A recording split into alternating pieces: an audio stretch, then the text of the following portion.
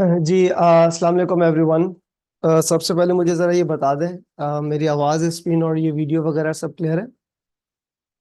अच्छा, जो ऑनलाइन बच्चे बैठे हुए हैं वो भी ज़रा मुझे बता दें, और जो वहाँ ऑन कैंपस है वो भी ज़रा मुझे बता दीजिए, क्या आप लोगों को मेरी ये स्क्रीन, आवाज़ और वीडियो ये सब क्लियर है?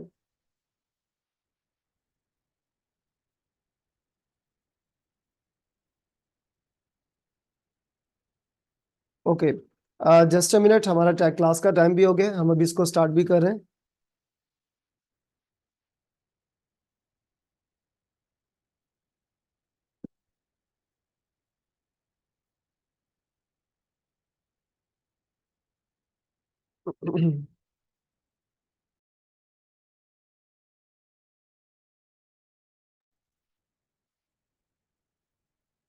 अच्छा, जो वहां पर बैठे हुए सारे फिजिकल क्लास में, मुझे बता दें वहां पर आवाज और ये स्क्रीन वगैरह सब क्लियर है, so that we can start.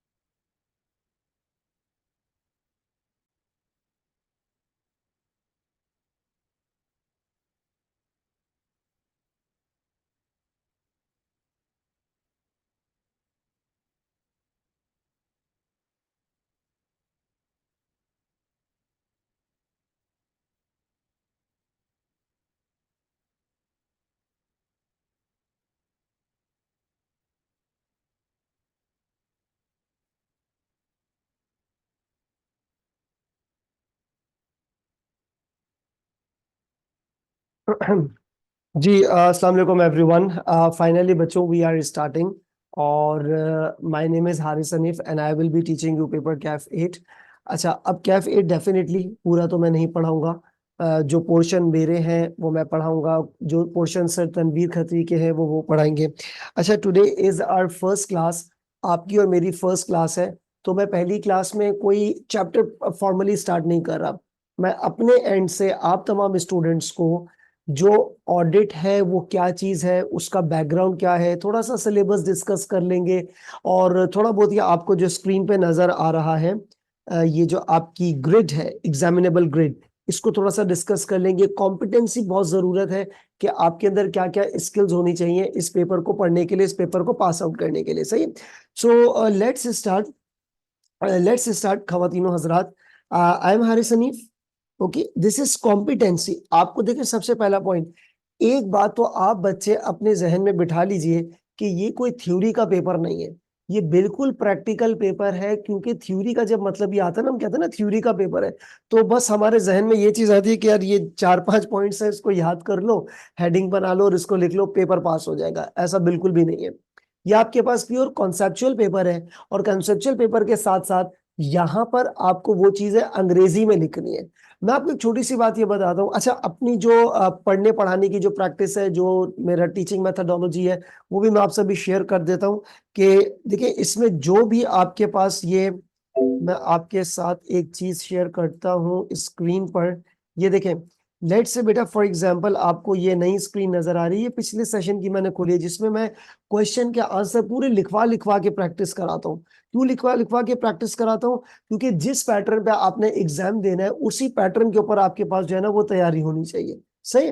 सो जितनी भी राइटिंग प्रैक्टिस होगी वो हम लोग यहाँ पर अपनी क्लास में कर रहे होंगे। मेरी ये जो फाइल है, ये आप तक मैं गूगल ड्राइव के थ्रू आपको शेयर भी कर दूंगा, ठीक है? तो वो कोई मटेरियल की कोई बात नहीं है। देखिए, आज हमारी ये पहली क्लास, मैं ये चाहता हूँ इस हमारी एक छोटी क्लास में एक इंट्रोडक्शन हो, और ऐसा इंट्रोडक्शन हो कि आप जब किसी से बात करें तो आपको पता हो कि ऑडिट क्या चीज है।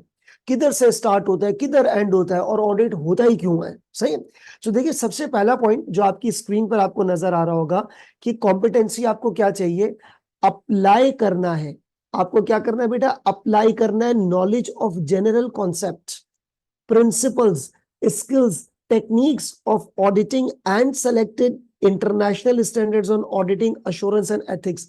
सबसे पहला पॉइंट, पहले वर्ड को आप अगर जरा यहां पर देख लें तो इसने क्या बोला है, अप्लाई करना है, यानी कि पेपर हमारा नॉलेज बेस है। अच्छा, नॉलेज बेस और एप्लीकेशन में क्या फर्क है मैं आपको जरा बता दूं। अभी इस वक्त आज की क्लास में मैं कोई पास पेपर ओपन नहीं कर रहा, कोई आपको मैं अभी एग्जामिनेशन पे नहीं लेके जा रहा। अभी अभी ताजे ताजे कोई पेपर देखिए, आप लोग हटे होंगे, तो मैं आपको कोई भी पेपर अभी नहीं दिखा रहा। देखें, एक चीज होती है नॉलेज बेस्ड। नॉलेज बेस्ड का मतलब क्या होता है कि जैसे सपोज एक टॉपिक है, उसके बारे में बोले व्हाट इज दिस, एक्सप्लेन, तो आपने कोई ये 5-6 लाइनों का एक पैराग्राफ लिखना है, जितने मार्क्स है उस हिसाब से आपने लिखना है, 5-6 लाइनों का या जो भी 2-3 नंबर का आपके पास है, आपने अकॉर्डिंगली लिख दिया। किताब का पर्टिकुलर पैराग्राफ भी पूछा जा सकता है, एक्सप्लेन व्हाट इज दिस, चलो भाई बच्चे ने याद किया और लिख दिया। इसको कहते हैं नॉलेज बेस, जो कि हमारी देसी लैंग्वेज में इसको क्या बोलेंगे कि भाई बच्चे ने रट्टा लगा दिया है, और रट्टे का लफ्ज जो है ना वो भाई मुझे ना पसंद है ना मैं बोलूंगा, ठीक है। मतलब बच्चे ने याद करके लिख दिया। अब एक है एप्लीकेशन। अब एप्लीकेशन में क्या होता है, एप्लीकेशन में होता है कि you are having a scenario, और आपको बोला जाएगा इस सिनेरियो के हिसाब से आप इसको सवाल को आंसर करें, ठीक है। अब सवाल आते हैं, मैं थोड़ा पुराने टाइम पे जाता हूं, जैसे कि फॉर एग्जांपल ये कैफ 8 की मैं बात कर रहा हूं, जो पहले बहुत टाइम पहले कैफ 9 होता था। तो ऑडिट के पेपर की अगर मैं आपसे बात करूं तो कुछ टाइम पहले ये नॉलेज बेस्ड पेपर हुआ करता था, आई मीन रेटिफिकेशन वाला हुआ करता था, अब नहीं है। अब जो आपका पेपर है ना 100 मार्क्स का, आप कह सकते हो कि 50 से 60 नंबर, हो सकता है 70 नंबर, हम कुछ नहीं कह सकते क्योंकि पेपर पैटर्न डिफाइंड नहीं है, वो आपके पास एप्लीकेशन है। एप्लीकेशन का मतलब ये कि आपको चीजों को अप्लाई करना होगा। हाँ, हो सकता है 10, 20, 30 something like that knowledge based question भी आ जाए, लेकिन the best way to analyse in my opinion is that कि जो भी पेपर आप दे रहे हो, जैसे लेट्स से आप ये पेपर दे रहे हो कैफ 8 का मार्च 25 के अंदर, तो आपको सितंबर 24 और मार्च 24 और मतलब आखिरी के जो 2-3 अटेम्प्ट है उस पेपर को आप इवेल्युएट कर दो, आपको खुद पता चल जाएगा, एवरेज निकाल दो कि भाई कितना परसेंट नॉलेज बेस और कितना परसेंट केस स्टडी है, ठीक है। अब मैं सबसे पहले इधर आ जाता हूं, मैंने जो आपको बता दिया कि आपके अंदर क्या काबिलियत चाहिए वो मैंने आपको बता दी है, सही है। फिर अपने ऑडिट के इंट्रोडक्शन को भी मैं आगे प्रोसीड करता हूं। देखिए बच्चों, ये आपके पास हो गया जी सिलेबस ग्रिड, ये audit framework, regulation, professional ethics, ये सब चीजें क्या है, जब आप पढ़ेंगे, सर तनवीर आपको पढ़ाएंगे तो पता चल जाएगा। Planning and risk assessment, audit evidence and control क्या है, जब मैं पढ़ाऊंगा तो आपको पता चल जाएगा।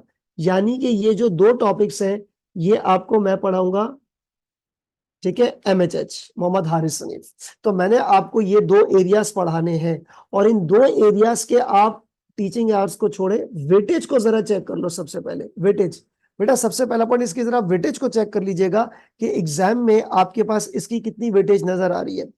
जो सिलेबस एरिया बी है वो आपको नजर आ रहा है 15 से 20 नंबर का, और जो सिलेबस एरिया सी है वो आपको नजर आ रहा है 45 से 55 नंबर का।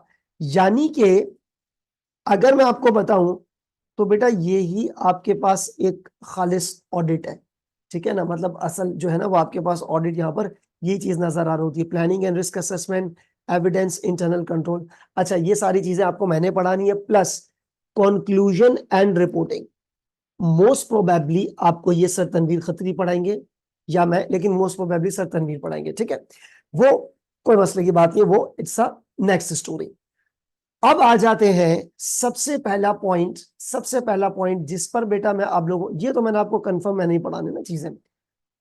सबसे पहला पॉइंट तो मैं आपको ये इंट्रोडक्शन बता दूं कि ये ऑडिट क्या चीज है, what is the audit, what is the audit. और बेटा मेरी बात सुने, जितने बच्चे यहाँ पर ऑनलाइन क्लास ले रहे हैं, ये मेरे पास जो नजर आ रहे हैं ऑनलाइन क्लास जो बच्चे ले रहे हैं, और जो वहां पे फिजिकल क्लासरूम में बैठे हुए सारे बच्चे, बेटा प्लीज अपने रजिस्टर को मेंटेन जरूर कीजिएगा, एक एक चीज नोट करें। मुझे पता है स्टूडेंट के लिहाज से, जब मैं ये ऑनलाइन भी पढ़ा रहा होता हूँ, फेस टू फेस भी जब मैं पढ़ा रहा होता हूँ, तो वो तो सामने ही है। ऑनलाइन में मैं क्या अज्यूम कर रहा था कि बच्चा इस टाइम तक कितना लिख लेगा, तो जो कुछ मैं आपको बता रहा हूँ you must have to write it, ठीक है। आपने अपना रजिस्टर जरूर मेंटेन करना है।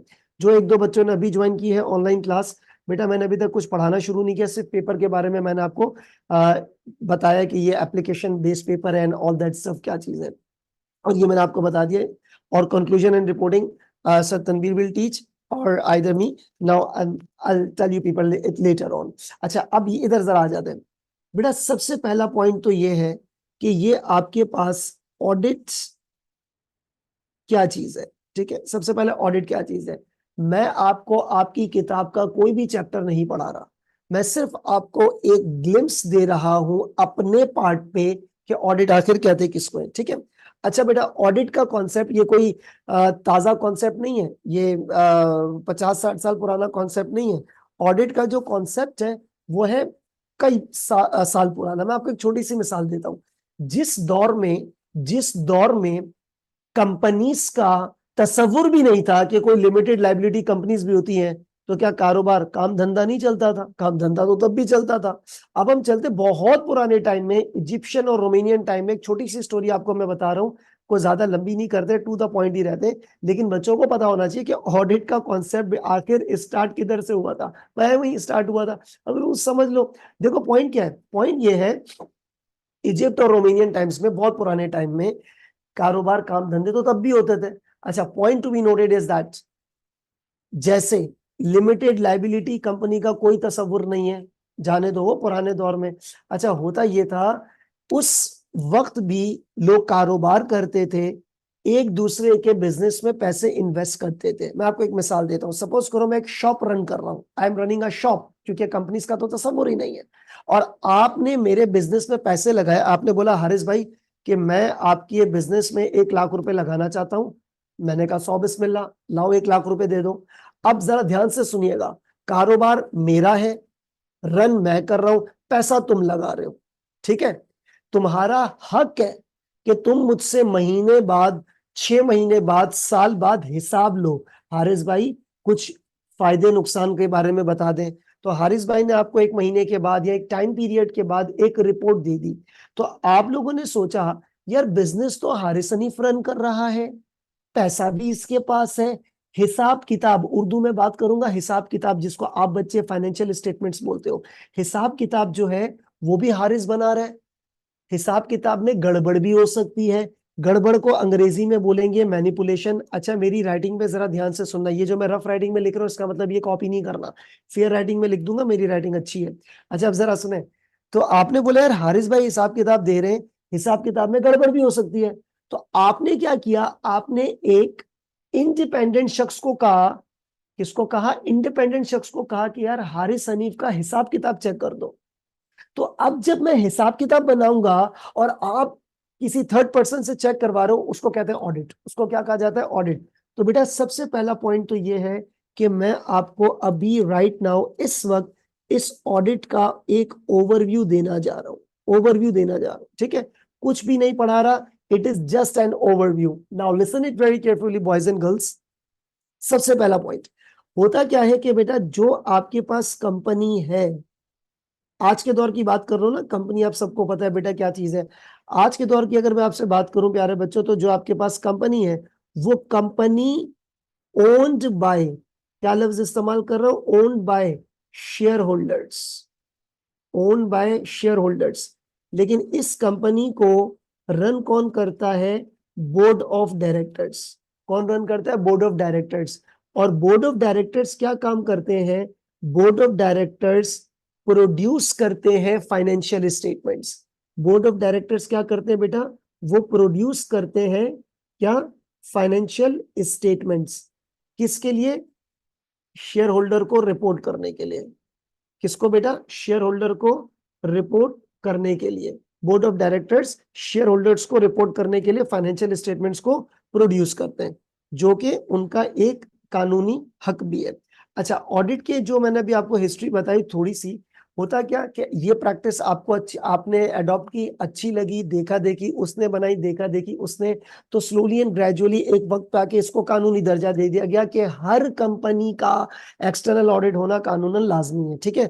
तो ऑडिट का ओवरव्यू क्या है, owned by share holders company और run by board of directors, और बोर्ड ऑफ डायरेक्टर प्रोड्यूस करते हैं क्या, फाइनेंशियल स्टेटमेंट्स। अब अब सवाल ये उठता है ख्वातीनो हजरात, सवाल ये उठता है कि ये जो फाइनेंशियल स्टेटमेंट्स हैं, अब मेरे अल्फाज पे गौर करना, क्योंकि ऑडिट में अल्फाज की हेरा फेरी से मतलब चेंज हो जाता है। मैं आपको सही बता रहा हूँ, अल्फाज की हेरा फेरी से मतलब ही चेंज हो जाता है। वो उर्दू में वो एक शेर भी है ना, खैर मुझे शेर व शायरी पसंद नहीं है, वो होता है ना, महरम नुक्ता लगाओ मुजरिम बन जाता है। तो एक अल्फाज जरा आपने ध्यान से देने, फाइनेंशियल स्टेटमेंट्स में गड़बड़ हो सकती है।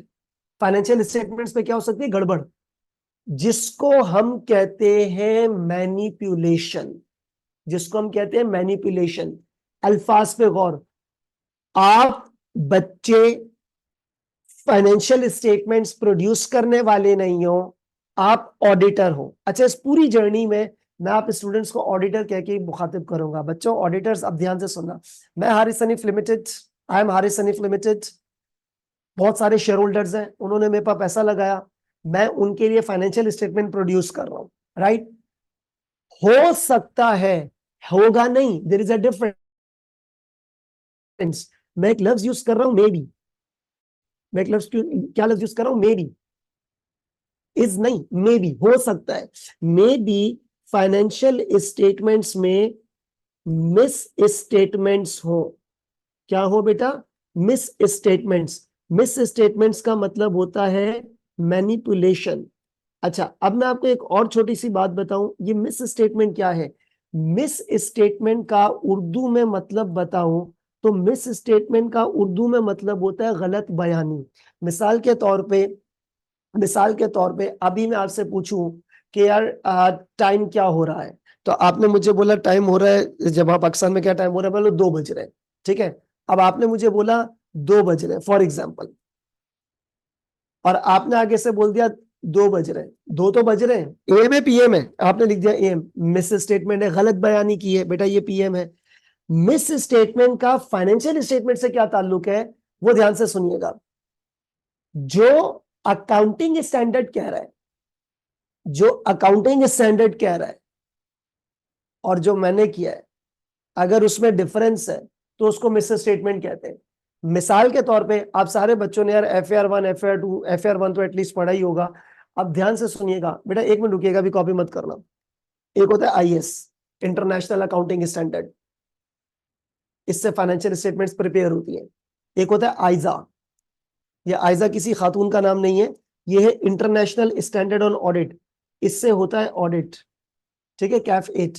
यानी कि फाइनेंशियल स्टेटमेंट्स को प्रोड्यूस करने के स्टैंडर्ड्स हैं और उसको ऑडिट करने के अपने अलग स्टैंडर्ड्स हैं, ठीक है। फाइनेंशियल स्टेटमेंट्स है, उसको प्रोड्यूस करने के अलग स्टैंडर्ड्स हैं, उसका ऑडिट करने के अलग स्टैंडर्ड्स हैं। For example, I am Haris Hanif and I will B preparing financial statements, I will be following ISS and IFRS obviously, and you people are the auditor and you will be following this ISA, you will be following this ISA right now।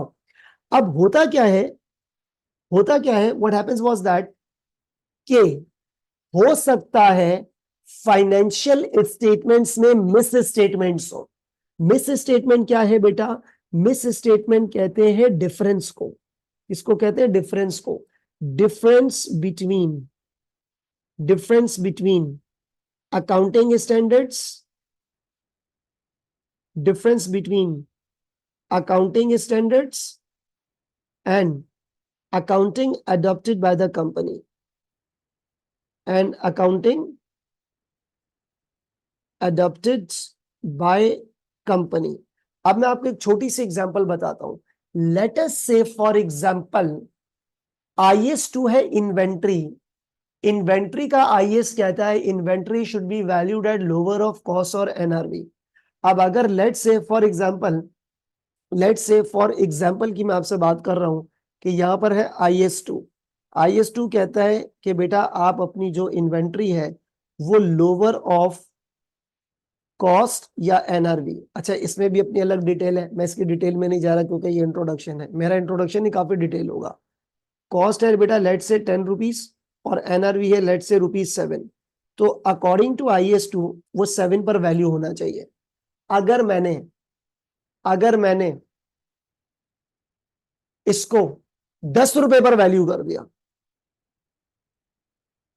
If valued at ₹10, होना कितने पे चाहिए था? 7 पे, कर कितने पे दिया? 10 पे। डिफरेंस कितना आया? ₹3 को मैं बोलूंगा मिस स्टेटमेंट।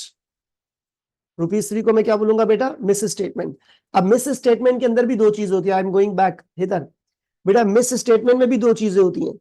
एक होता है तुम्हारे पास ओवर स्टेटमेंट और एक होती है अंडर स्टेटमेंट। मिस स्टेटमेंट में भी दो चीजें हैं।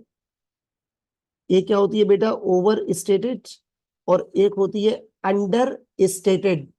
मतलब क्या हुआ कि या तो कोई वैल्यू बढ़ा के लिख दी या कोई वैल्यू कम करके लिख दी, ठीक है? उसको हम लोग बोलते हैं मिस स्टेटमेंट या मैनिपुलेशन। नाउ बेटा व्हाट इज एक्सटर्नल ऑडिट? मैं अपने हिसाब से स्टूडेंट्स को जहन में रखते हुए 1 मिनट रुका हूं कि आप बच्चे ये वाला पेज कॉपी करेंगे अगर किसी ने नहीं किया तो। 1 मिनट रुका हुआ हूं, फिर मैं पेज को स्क्रॉल करके नेक्स्ट पेज पे जाऊंगा।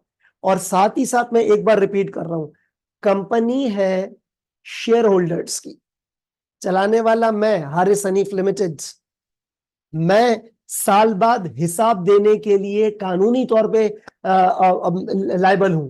कानूनी तौर पे मुझे उनको वो देनी है फाइनेंशियल स्टेटमेंट्स। फाइनेंशियल स्टेटमेंट्स के अंदर 5 चीज आ जाती है: income statement, balance sheet, cash flow, changes in equity, notes to the accounts. तो मेरी फाइनेंशियल स्टेटमेंट्स में घपले हो सकते हैं। मेरी फाइनेंशियल स्टेटमेंट्स में घपले हो सकते हैं, जिसको हम बोलेंगे प्यार से मिस स्टेटमेंट। मिस स्टेटमेंट का मतलब होता है गलत बयानी, या तो अकाउंट्स को बढ़ा के दिखाना या कम करके दिखाना। तो मिस स्टेटमेंट कहते हैं। अकाउंटिंग स्टैंडर्ड क्या कह रहा है? अकाउंटिंग स्टैंडर्ड क्या कह रहा है और कंपनी ने क्या अकाउंटिंग कर दी है, अगर उसमें फर्क है तो मिस स्टेटमेंट है, कोई फर्क नहीं है तो कोई मिस स्टेटमेंट नहीं। ठीक है? सबसे पहला पॉइंट बेटा, I am waiting for you people 1 minute, इसको आप कॉपी कीजिएगा। आई विल बी मूविंग अहेड।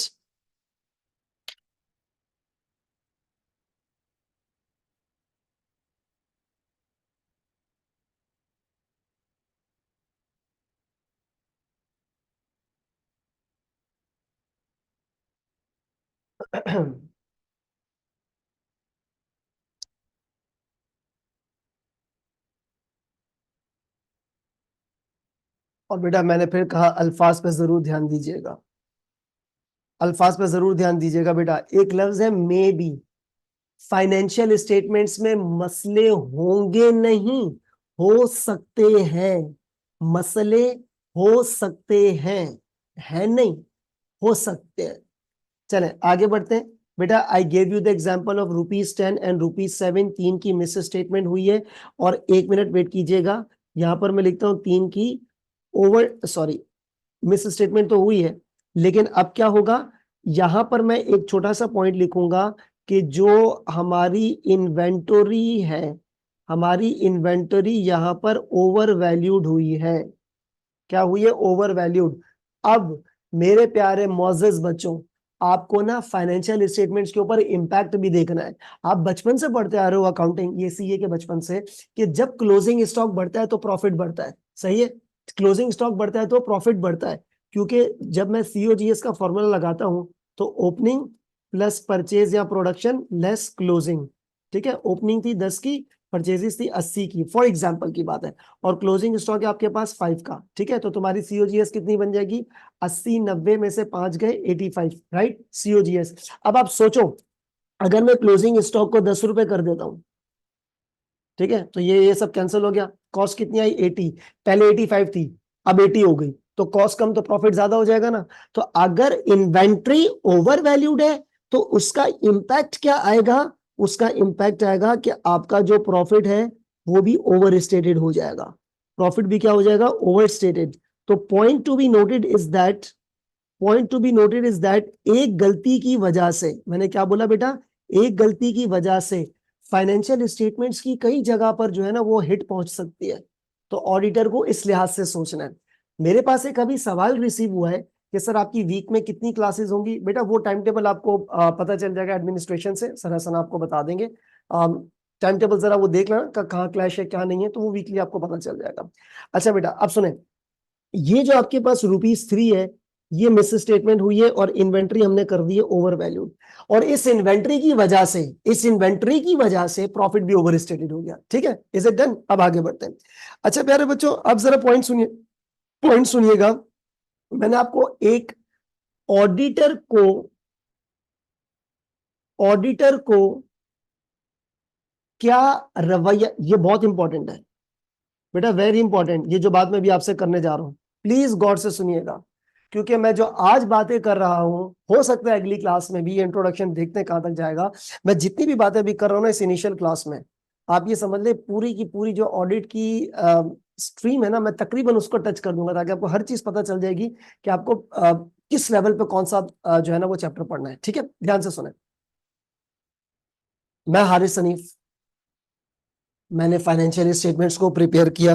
मैंने किसको प्रिपेयर किया बेटा? फाइनेंशियल स्टेटमेंट्स को। आप ऑडिटर, आपके सामने मेरी फाइनेंशियल स्टेटमेंट्स आई, बोला यार हारिस ने बनाई है, चेक कर। ध्यान से सुनना, सोच, जैसे इंसान की सोच होती है ना, सोच को कहेंगे एटीट्यूड, मेंटल स्टेट। जैसे आपकी सोच होगी ना, आपके एक्शंस भी वैसे ही होंगे। जैसी सोच वैसा बिहेवियर, वैसे एक्शंस वैसा रिजल्ट। ठीक है, एक बच्चा डरा हुआ है, डर डर के पढ़ रहा है, डर डर के पेपर दे रहा है यार।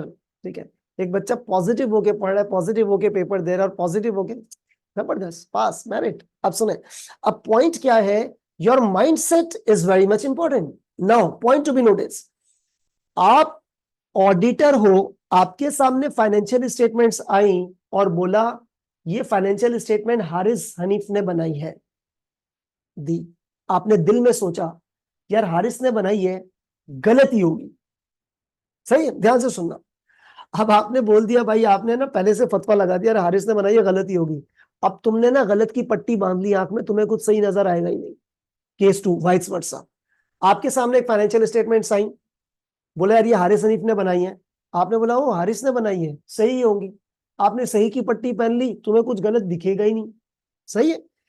ऑडिटर को एक एटीट्यूड डेवलप करना है, ऑडिटर को एक एटीट्यूड डेवलप कर रहा है बेटा। एटीट्यूड कहते हैं मेंटल स्टेट को।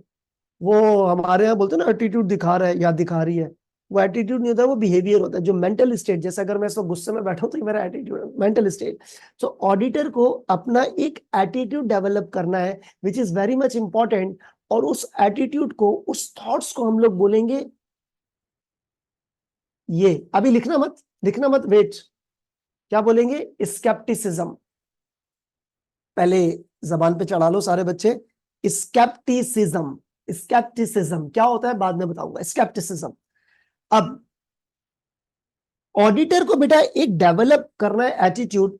ऑडिटर शुड थिंक, पहले ये जरा ध्यान से सुनेगा। ऑडिटर शुड थिंक, क्या आपने सोचना है? तीन बातें, ध्यान से सुनो, तीन बातें। मैं हारिस मैनेजमेंट, आप ये सोचोगे हारिस हनीफ ऑनेस्ट नहीं है, आप ये सोचोगे हारिस हनीफ डिसऑनेस्ट भी नहीं है, आप ये सोचोगे हारिस हनीफ ने जो फाइनेंशियल स्टेटमेंट्स बनाई, ये तीन बातें, उन फाइनेंशियल स्टेटमेंट्स में गलती भी हो सकती है, फ्रॉड भी हो सकता है, और सब कुछ ठीक भी हो सकता है। समझ रहे बात? आपने एकदम न्यूट्रल होके सोचना है, इंडिपेंडेंट होके आपने सोचना है कि फाइनेंशियल स्टेटमेंट्स में गलती भी हो सकती है, चोरी भी हो सकती है, सब कुछ ठीक भी हो सकता है। मुझे नहीं पता, मुझे क्या पता, यही चेक करने तो तुझे रखा है ऑडिटर, शेयर होल्डर ने।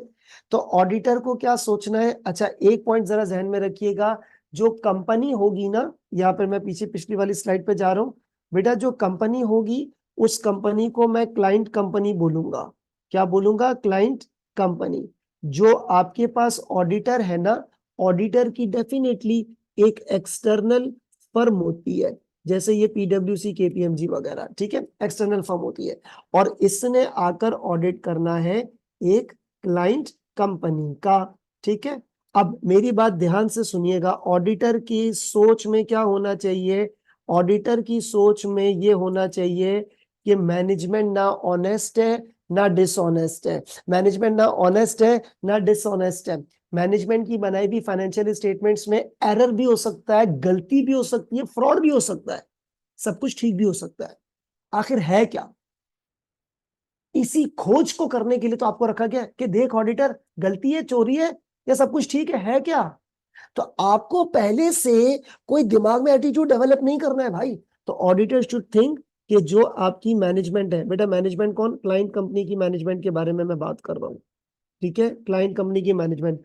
ऑडिटर को ये सोचना है कि मैनेजमेंट इज नाइदर ऑनेस्ट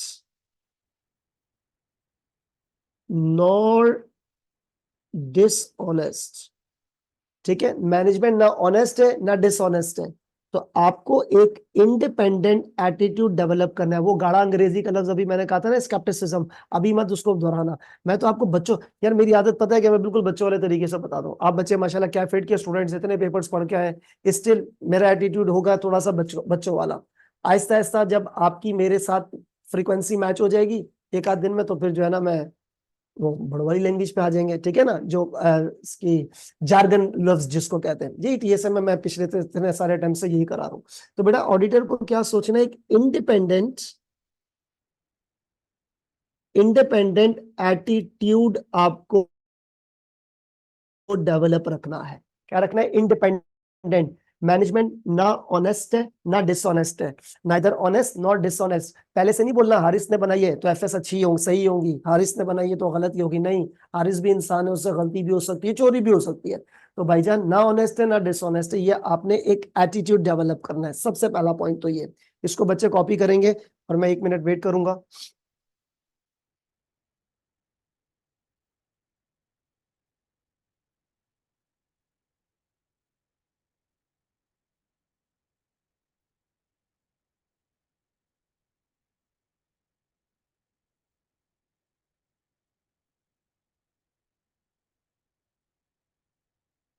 ठीक है, मैनेजमेंट ना ऑनेस्ट है ना डिसऑनेस्ट है, ना ही मैं ऑनेस्ट हूं ना ही मैं डिसऑनेस्ट हूं, ऐसे आपकी सोच होगी। सही हो गया ये। और आपने एक इंडिपेंडेंट एटीट्यूड को आपने डेवलप करके रखना है। अब बच्चों, अब आ जाते हैं फाइनेंशियल स्टेटमेंट्स की तरफ। फाइनेंशियल स्टेटमेंट्स की तरफ आ जाते हैं। अब देखिएगा, अच्छा एक बच्चे का सवाल मुझे रिसीव हुआ है, सर ऑडिट के पेपर में न्यूमेरिकल्स आते हैं। जी बेटा न्यूमेरिकल्स आते हैं, लेकिन उसका एक तरीकेकार है, मैं आपको बताता हूँ कैसे। देखो, जो आपके पास न्यूमेरिकल्स आएंगे ना सॉरी वो वीडियो ऑफ हो गई थी। बेटा जो आपके पास न्यूमेरिकल्स आएंगे ना, न्यूमेरिकल्स का सवाल ये नहीं बोलूंगा कि हमेशा आता है, कभी कभी आ जाएगा 2-4 नंबर का रेशियोज निकालने के लिए, ठीक है, वो मतलब बस थोड़ा सही होगा, लेकिन उसका एक इम्पैक्ट जो है ना वो सब कुछ आपको अंग्रेजी में लिखना पड़ेगा। तो न्यूमेरिकल्स आते हैं, बिल्कुल आते हैं, लेकिन उसका पैटर्न डिफरेंट होता है, मतलब ये कोई कैलकुलेटिव पेपर नहीं है। अब बेटा अब यहां पर क्या है, ऑडिटर ने एक अपना माइंडसेट डेवलप करना है। ऑडिटर ने अपना क्या डेवलप करना है बेटा, एक माइंडसेट डेवलप करना है that in the financial statements, in the financial statements there is, बिल्कुल भी नहीं, in the financial statements there may be, financial statements में बेटा मे बी, आपने फतवा नहीं देना, आप मुफ्ती नहीं है, फतवा नहीं देना आपने, आपने सोचना है। फाइनेंशियल स्टेटमेंट्स में मे बी, क्या मे बी भाई, एरर हो सकता है। फाइनेंशियल स्टेटमेंट्स में मे बी फ्रॉड हो सकता है। एरर क्या, गलती हो गई जी। फ्रॉड क्या, बदनीयती से आपने काम किया है। और एवरीथिंग जेन्युइन, एवरीथिंग क्या बेटा, जेन्युइन। आपने ये वाला एटीट्यूड डेवलप करना है,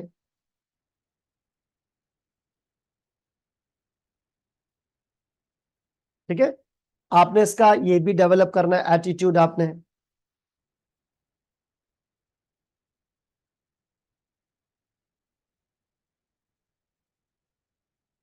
देयर में बी गलती, देयर में बी फ्रॉड, एवरीथिंग जेन्युइन। बात किसकी हो रही है, फाइनेंशियल स्टेटमेंट्स की। किसकी बात हो रही है प्यारे बच्चों, फाइनेंशियल स्टेटमेंट्स की। अब अच्छा चैट बॉक्स पे एक सवाल रिसीव हुआ है, सर ऑडिट के क्वेश्चन में फॉर्मेट होता है, तो बेटा डेफिनेटली बगैर फॉर्मेटिंग की कैसे करूंगा, ये देखिएगा मैं आपको दिखाता हूँ ना, शायद आपने लेट ज्वाइन किया था या नहीं, मैं आपको दिखाता हूँ। देखो लास्ट अटेम्प्ट की ये फाइल है, और भी पुरानी अटेम्प्ट है, 2022 की भी, 23 की भी। मैंने लास्ट अटेम्प्ट की खोली हुई है, देखें ये सवालात हैं, ये सवालात हैं, मैंने फिर इस तरीके से उनको सारी चीजें करवाई हैं। और ये क्वेश्चंस हैं, पहले आईएएस बनाया, फिर ये ऑडिट वगैरह, तो सारी फॉर्मेटिंग जो है ना वो सारी चीजें आपको नजर आ जाएंगी, कोई टेंशन की बात नहीं है। ठीक है, अब आ जाते बेटा back to the introduction, my this audit का इंट्रोडक्शन। नोट बेटा, नोट जरा सुनिएगा। ऑडिट का ना एक गोल्डन रूल याद रखो। मैं आपके सामने छोटी सी मिसाल देता हूं, छोटी सी एग्जांपल, ठीक है, बच्चों वाली एग्जांपल। आईएएस 16 ध्यान से सुनना। IAS 16 property plant and equipment, ये कहता है कि भाई जब आप मशीन खरीदते हो ना, तो मशीन खरीदने की कॉस्ट, उसको केपीटी पोर्ट से लेकर पीसीएचएस लाने की कॉस्ट, उस मशीन को इंस्टॉल करने की कॉस्ट कैपिटलाइज होगी, ऐसा ही है। लेकिन अब अज्यूम करो उस मशीन को चलाने के लिए मैंने 10,000 रुपए का एक ट्रेनर बुलाया और ट्रेनर साहब को उनकी फीस दी, उन्होंने मेरे एम्प्लॉयज को उसकी मशीन की ट्रेनिंग दी है। अब ये ट्रेनिंग जो है ये एक्सपेंस होता है। क्या होता है? एक्सपेंस। बेटा ऑडिट, मेरी बात जरा ध्यान से सुनना, जहां फाइनेंशियल स्टेटमेंट्स खत्म होती है ना, ऑडिट वहां से शुरू होता है। जहां पर एफएस खत्म होती है, ऑडिट वहां से शुरू होता है। यानी कि जहां से एक अकाउंटेंट की सोच खत्म होती है, ऑडिटर की सोच वहां से जन्म लेती है। एफएस तैयार होंगी तभी तो ऑडिटर ऑडिट करेगा ना, जब एफएस तैयार होंगी तभी तो ऑडिटर ऑडिट करेगा। तो ऑडिटर को इसका मतलब जिधर अकाउंटेंट ने फुल स्टॉप किया, आपको दिया, जैसे मैं अकाउंटेंट, मैंने एफएस बनाई, मैंने कहा ये ले ऑडिटर, फाइनेंशियल स्टेटमेंट तैयार है, तो जिधर मेरी सोच खत्म वहां से तुम्हारी सोच शुरू। यानी कि अब आपको ब्रॉड विजन रखना है। अब आपके जहन में अकाउंटिंग स्टैंडर्ड होने चाहिए। मैं हमेशा एक बात कहता हूं, ऑडिट पढ़ाते हुए बहुत एसीसी और सीए दोनों में, मैं एसीसी का भी ऑडिट पढ़ाता हूं और सीए का भी। और माशाल्लाह ये एसीसी के पिछले कंसेक्यूटिव टाइम से मेरे स्टूडेंट्स की पोजीशंस आई हैं तबानीज में। अच्छा अब जरा सुने, वर्ल्ड वाइड और पाकिस्तान वाइड भी सुने, वेरी सिंपल। मैं बोल ये रहा था, मैं ऑडिट के पेपर में बच्चों को ये कहता हूं हमेशा, बेटा आपको ऑडिट से ज्यादा फाइनेंशियल अकाउंटिंग आनी चाहिए। पता है क्यों? मिसाल, अब तुम्हारे सामने एक ट्रांजैक्शन रखी है, वो आईएएस 16 की है, मैं कह रहा हूं चेक कर। अब एक बच्चे को आईएएस 16 याद ही नहीं आ रहा, वो चेक कैसे करेगा? बात समझ रहे? इसका मतलब एक ऑडिटर को, ये चोर पुलिस का खेल है, आपको बिल्कुल सीआईडी एजेंसी इन्वेस्टिगेशन इन्वेस्टिगेटर की तरह आपने सोचना है। तो आईएएस 16 कहता है कि ट्रेनिंग एक्सपेंस, तो इसकी डबल एंट्री, जिधर मैं बोलूँ ना आईएएस फॉरन डबल एंट्री, तो बेटा इसकी एंट्री बनेगी पीएनएल डेबिट यानी कि एक्सपेंस डेबिट और बैंक क्रेडिट। ठीक है, ये एंट्री बनेगी। अब आ जाते हैं इसके ऊपर, मैं आपको एक छोटी सी एग्जांपल से एक बात समझाने की कोशिश करूं, ये नोट समझाना है मुझे। अब मिसाल के तौर पे आप बच्चे ऑडिटर हैं और आपके सामने ना मैंने एक ट्रांजैक्शन रखी, बल्कि ट्रांजैक्शन नहीं रखी, मैंने आपको वर्बली बताया, लिख कर दिया। मैंने बोला ऑडिटर ऑडिटर ऑडिटर बात सुन, मैंने 10,000 रुपए का ना अपने वर्कर्स को ट्रेनिंग दी है। आपका दिमाग ये होना चाहिए, एक मिनट सुनिएगा, बाद में कॉपी शॉपी बेटा बाद में करना। आपके दिमाग में हमेशा एक चीज घूमनी चाहिए, सॉरी, और वो है ये, डाउट करना, शक करने की बीमारी होनी चाहिए। जिस ऑडिटर को डाउट करना नहीं आता वो ऑडिटर ऑडिटर नहीं है, जिस ऑडिटर को शक करना नहीं आता वो ऑडिटर ऑडिटर नहीं है। सही है? एक इन्वेस्टिगेशन एजेंसी है, आर्मी है, पुलिस है, सीआईडी है, कोई भी है, उसका पहला काम होता है शक करना। यार आपको मेरे पे शक ही नहीं है, तो आप कैसे तसल्ली करोगे चीजों की? बात समझ रहे हैं? तो एक ऑडिटर को डाउट आना चाहिए। अब ध्यान से सुने दोबारा इधर, मैं आया आपके पास, मैंने बोला ऑडिटर ऑडिटर बात सुन, मैंने ना अपने वर्कर को 10,000 रुपए की ट्रेनिंग दी है। फौरन तुम्हारे दिमाग में शक आना चाहिए, यार आईएएस तो कहता है कि एक्सपेंस होगा, क्या पता हारिस हनीफ ने इसको कैपिटलाइज कर दिया हो। शक किया? जब तक आपके अंदर शक करने की बीमारी नहीं है आप उस चीज को चेक ही नहीं करोगे। मैंने आपको कहा भाईजान मैंने ट्रेनिंग प्रोवाइड की है, आपने बोला अच्छा हारिस भाई आपने एक्सपेंसिव बुक किया होगा, बहुत अच्छा आदमी है, चाय पी कप रखा चले गए। ओ भाई व्हाट इज दिस? आपने चीजों को वेरीफाई करना है। अब ध्यान से सुनना, मैं आपको आसान भाषा में, आसान लैंग्वेज में, इन अ वेरी सिंपल लैंग्वेज आपको एक छोटी सी बात लिख रहा हूं कि एक ऑडिटर को, एक ऑडिटर को ऐसे सोचना है, मैंने लिखा डोंट ट्रस्ट। क्या लिखा बेटा? Don't trust. आपको मेरी किसी इंफॉर्मेशन, मैं मैनेजमेंट, हाँ मैं मैनेजमेंट, आप बच्चे ऑडिटर है, मैं मैनेजमेंट हूं, हम दोनों का यहां पर खेल क्या होगा, चोर पुलिस वाला। आपको इंफॉर्मेशन मैनेजमेंट ने देनी है, आपने भरोसा नहीं करना, don't trust, don't trust, cast doubt. जब शक हो जाएगा तो फिर उसके बाद वेरीफाई कर लेना। क्या कर लेना? वेरीफाई। डोंट ट्रस्ट, भरोसा नहीं करना, शक करना है, और फिर वेरीफाई करना है। वेरीफाई का मतलब होता है that you have to seek the सबूत, evidence. You have to seek the evidence. आपने भरोसा नहीं करना, शक करना है, वेरीफाई करना है। वेरीफाई का मतलब you have to seek the evidence. अब जरा मिसाल सुनिएगा बेटा, मिसाल लेट्स से फॉर एग्जांपल, ये मेरा एक हेडसेट है, टेबल पे पड़ा हेडसेट, ये लगाने के लिए ये हेडसेट है। मैं आपको कहता हूं बेटा ये हेडसेट जो है मैंने 2000 का लिया, ऐसे ही मिसाल, एवं एग्जांपल। मैंने आपको बोला भाई ये हेडसेट है, मैंने 2000 का लिया।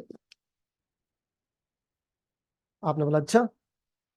अच्छा, दिमाग में आपकी सोच पता है क्या? आपने बोलना है नहीं यार, झूठ बोल रहा है, मुझे शक पड़ता है 2000 का नहीं है। अब फिर आपने सोचा यार मैं वेरीफाई करता हूँ। कैसे वेरीफाई करेगा? सबूत ले। आप मुझे सीधा बोलो हारिस भाई इसका बिल दिखाओ, इनवॉइस। अब इस इनवॉइस पे मेरा नाम लिखा होगा, मोहम्मद हारिस, हारिस हनीफ, आज की डेट लिखी होगी, ये हेडसेट का बिल होगा, उस पर लिखा होगा हेडसेट 2000। ठीक है, झूठा बिल भी तो हो सकता है।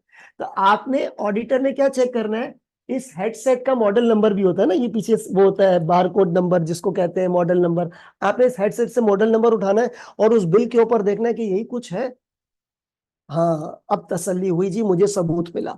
इसकी एक और मिसाल, एक और मिसाल ले बच्चों। अभी जैसे आपको, आप बच्चे मेरे ख्याल में जीवन में बैठे होगे, जिस भी रूम में बैठे, आपको मैं कहता हूं, ध्यान से सुने, आपको मैं कहता हूं ऑडिटर, ऑडिटर बात सुन, रूम नंबर G2 में मैंने 5 नई कुर्सियां रखी है लाके।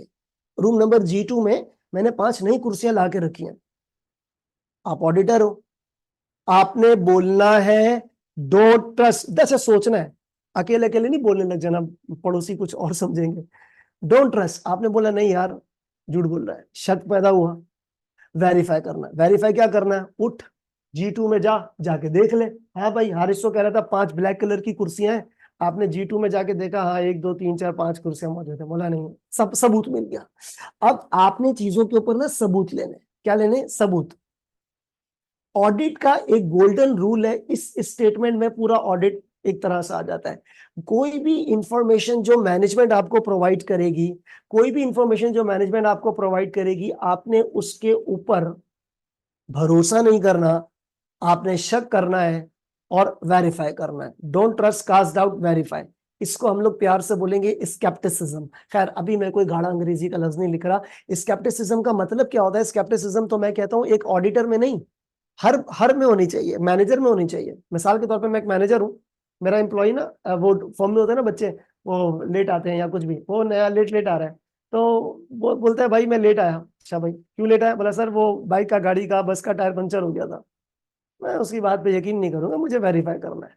क्या करना है? वेरीफाई। अब वो सबूत आपको चाहिए, फॉर एग्जाम्पल, यानी कि फर्स्ट हैंड पे कभी भी बात आपने किसी की नहीं माननी है। ठीक है, सबूत चाहिए। अब ऑडिट में भी, अच्छा खैर ये हम बेसिकली बात कर रहे हैं ऑडिट की, ठीक है। पता चले आपको कोई घर पे कोई इंफॉर्मेशन दे तो आप बोले नहीं, don't trust, cast doubt, verify. तो बेटा फाइनेंशियल स्टेटमेंट से रिलेटेड आपने कभी भी चीजों के ऊपर भरोसा नहीं करना, आपने उसके ऊपर ट्रस्ट नहीं करना, डाउट करना है, वो वेरीफाई करना है। वेरीफाई का मतलब you have to seek the evidence, सबूत चाहिए। कॉपी करो इसे।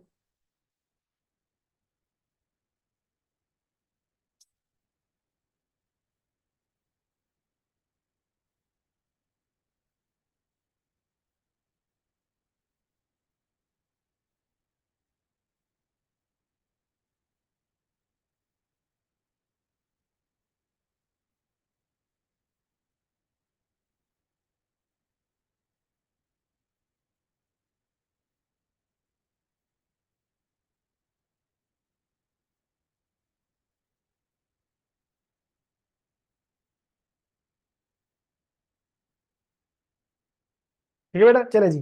ऑडिट का क्या रूल है? भरोसा नहीं करना भाई, आपने क्या करना है, डाउट क्रिएट करना है दिमाग में, और उस डाउट की बेसिस पे आपने सबूत इकट्ठा करने हैं, ठीक है। अनटिल एंड अनलेस आपको सबूत नहीं मिलेगा, आपके कलेजे को ठंडक नहीं पड़ेगी, ठीक है। अब आगे बढ़ते हैं बच्चों। अब अच्छा, शक करने की बीमारी को क्या बोलते हैं? स्केप्टिसिज्म, ठीक है। तो जिस ऑडिटर को शक करना नहीं आता वो ऑडिटर ही नहीं है, क्योंकि उसके बगैर तो तुम काम ही नहीं कर सकते, ठीक है। अब बेटा मैं आपको नोट करके, बड़ा ही इंपॉर्टेंट, ये जितनी भी चीजें यार, हर चीज इंपॉर्टेंट है। मैं बोलूं यार ये टॉपिक, ये पॉइंट बड़ा इंपॉर्टेंट है, ओ कोई नहीं, सारे टॉपिक इंपॉर्टेंट है, पूरा लेक्चर गौर से देखा करें। अच्छा बेटा, हुआ क्या, हर कंपनी में इंटरनल कंट्रोल्स है। हर कंपनी में क्या है? इंटरनल कंट्रोल्स होते हैं। जैसे आप बच्चे अगर ये पीसीएचएस में या नॉर्थ कैंपस में, जहां पे भी अगर आप जीवन में बैठे हैं, सामने देखो बोर्ड के ऊपर राइट साइड पे आपको कैमरा नजर आएगा, कैमरे पे नजर होगी, ठीक है। ये सब कंट्रोल्स है। लोग आके चेक एंड बैलेंस रखते हैं, कंट्रोल्स है। आपके पास सिक्योरिटी गार्ड है, कंट्रोल्स है। आप किसी मॉल में जाते हो, वो स्कैनर मशीन होती है कि जेब में कोई मेटल की चीज तो नहीं लेके जा रहा है, कंट्रोल्स है। एयरपोर्ट पे आते जाते हैं वो आपका पासपोर्ट, वीजा, तमाम चीजें देखते हैं, कंट्रोल्स है। अब कंट्रोल्स का, कंट्रोल मतलब आसान लैंग्वेज में कहूं तो डिसिप्लिन, और कंट्रोल के ऊपर अच्छा खासा टॉपिक है, 10-10 नंबर के सवाल आते हैं। अगर तो एक कंपनी में कंट्रोल नहीं है, मैं आपको एक रफ मिसाल देता हूं। मैंने कहा कोई भी, मैं गाड़ी टेक्निकल एग्जांपल नहीं, रफ एग्जांपल, वो एग्जांपल जो आप बच्चों के लेवल पे समझ सको। मिसाल में आप मेरी बात सुनना, मेरा एक ऑफिसर है, और वो ऑफिसर है पेरोल का काम करता है। ये लो, कौन है बेटा? पेरोल ऑफिसर है, ठीक है। पेरोल ऑफिसर है मिस्टर ए। ऑफिस की टाइमिंग है 9 से लेके 5:30 तक। वो मिस्टर ए पता है कब आता है? मिस्टर ए कभी 12 बजे आ रहा है, कभी 1 बजे आ रहा है, कभी आ ही नहीं रहा, कभी ऑफ पर है, कभी ऑफिस में आता है तो अपनी सीट पर नहीं होता, इधर उधर हिसाब से बातें कर रहा है, छमछम खेल रहा है, घूम रहा फिर रहा है। ध्यान से सुने, और मजे की बात, इसको कोई पूछ भी नहीं रहा भाई ये तुम्हारा ऑफिस है, ससुराल है, ठीक है। तो अब पॉइंट क्या है, उसको ना कोई पूछ रहा है ना कोई, इसका मतलब कंट्रोल ही नहीं है। अब ध्यान से सुने, अगर तो ये कंट्रोल नहीं है, तो आपको पता है इसकी खराब कंट्रोल की वजह से जो फाइनेंशियल स्टेटमेंट्स में पेरोल एक्सपेंडिचर है, जो फाइनेंशियल स्टेटमेंट्स में क्या है, पेरोल एक्सपेंडिचर है, वो ओवर स्टेट भी हो सकता है, अंडर स्टेट भी हो सकता है। क्यों? क्योंकि कंट्रोल खराब है। इसका मतलब क्या होता है, कंट्रोल्स का इंपैक्ट आता है फाइनेंशियल स्टेटमेंट्स के ऊपर। अल्फाज पे गौर, कंट्रोल्स का इंपैक्ट आता है फाइनेंशियल स्टेटमेंट्स के ऊपर। यानी कि जैसा बाप वैसा बेटा, बेटे के ऊपर बाप की रिफ्लेक्शन आती है। तो इसी तरीके से प्यारे बच्चों, इसी तरीके से जो कंपनी के अंदर, जो कंपनी के अंदर कंट्रोल्स होते हैं, क्या होते हैं? कंट्रोल्स। उस कंट्रोल का, लाइन टेढ़ी हो गई, ले लो, हम लाइन सीधी भी कर देते हैं। तो बेटा कंट्रोल्स का इंपैक्ट आता है, कंट्रोल्स का क्या आता है? इंपैक्ट आता है। किसके ऊपर? फाइनेंशियल स्टेटमेंट्स के ऊपर कंट्रोल्स का इंपैक्ट आता है। और बेटा इंपैक्ट अच्छा भी होता है, बुरा भी होता है। मेरे अल्फाज का आपके ऊपर अच्छा इंपैक्ट भी पड़ेगा, अगर मेरे अल्फाज गलत होंगे तो बुरा इंपैक्ट भी पड़ेगा, ठीक है ना। इंपैक्ट आता है, तो कंट्रोल्स का इंपैक्ट आता है फाइनेंशियल स्टेटमेंट्स के ऊपर, राइट। अब मैं आपको एक दो पॉइंट्स लिखूंगा, दो पॉइंट्स। अगर तो किसी भी कंपनी के इंटरनल कंट्रोल्स बेकार है, घटिया है, अगर तो किसी भी कंपनी के कंट्रोल्स बेकार है, घटिया कंट्रोल्स, अच्छे कंट्रोल नहीं है, ऐਵੇਂ ही सिस्टम चल रहा है उनका, कोई ना पूछने वाला कोई है, ना नजर रखने वाला कोई है। अंग्रेजी में हम बोलेंगे मॉनिटरिंग नहीं होती है, ना पूछने वाला कोई है, अंग्रेजी में बोलूंगा कोई रिपोर्टिंग नहीं होती है। समझ रहे हैं? तो अगर एक कंपनी में इंटरनल कंट्रोल्स नहीं है, बेकार है, घटिया है, यानी कि मैं यूं लिखूं कि इफ कंट्रोल्स आर पुअर, अगर तो कंट्रोल क्या है? पुअर है, या तो इफ कंट्रोल्स आर गुड, अगर तो कंट्रोल्स क्या है बेटा? गुड है, ठीक है। दो अलग अलग पॉइंट्स हैं, अल्फाज पे गौर, हाजिर दिमागी, और ऑडिटर के अंदर तो हाजिर दिमागी होनी चाहिए, ठीक है। सुन बेटा, अगर कंट्रोल आपके बेकार है, अगर आपके कंट्रोल्स क्या है बेटा? बेकार है, बेकार कंट्रोल्स है मतलब अच्छे कंट्रोल नहीं है, बेकार कंट्रोल है, तो फाइनेंशियल स्टेटमेंट्स पे इसका बुरा असर पड़ेगा, फाइनेंशियल स्टेटमेंट्स में इसका बुरा असर पड़ेगा।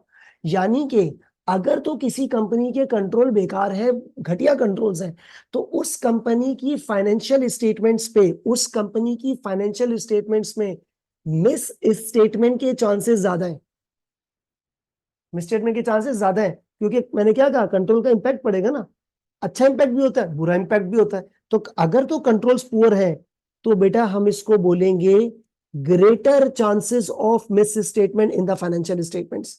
हर चीज का ताल्लुक आपने घुमा फिरा के, ध्यान से सुनना, आप ऑडिटर हो, है, चील की नजर गोश्त पे होती है ना, आपकी नजर फाइनेंशियल स्टेटमेंट्स पर होती है, ठीक है, लेकिन इधर उधर भी देखना पड़ता है ट्रैफिक में जाते हुए भी, तो आपने कंट्रोल्स को भी देखना है। तो अगर तो कंपनी के कंट्रोल्स बेकार हैं, तो फाइनेंशियल स्टेटमेंट्स में ग्रेटर चांसेस हैं, greater chances of miss statements.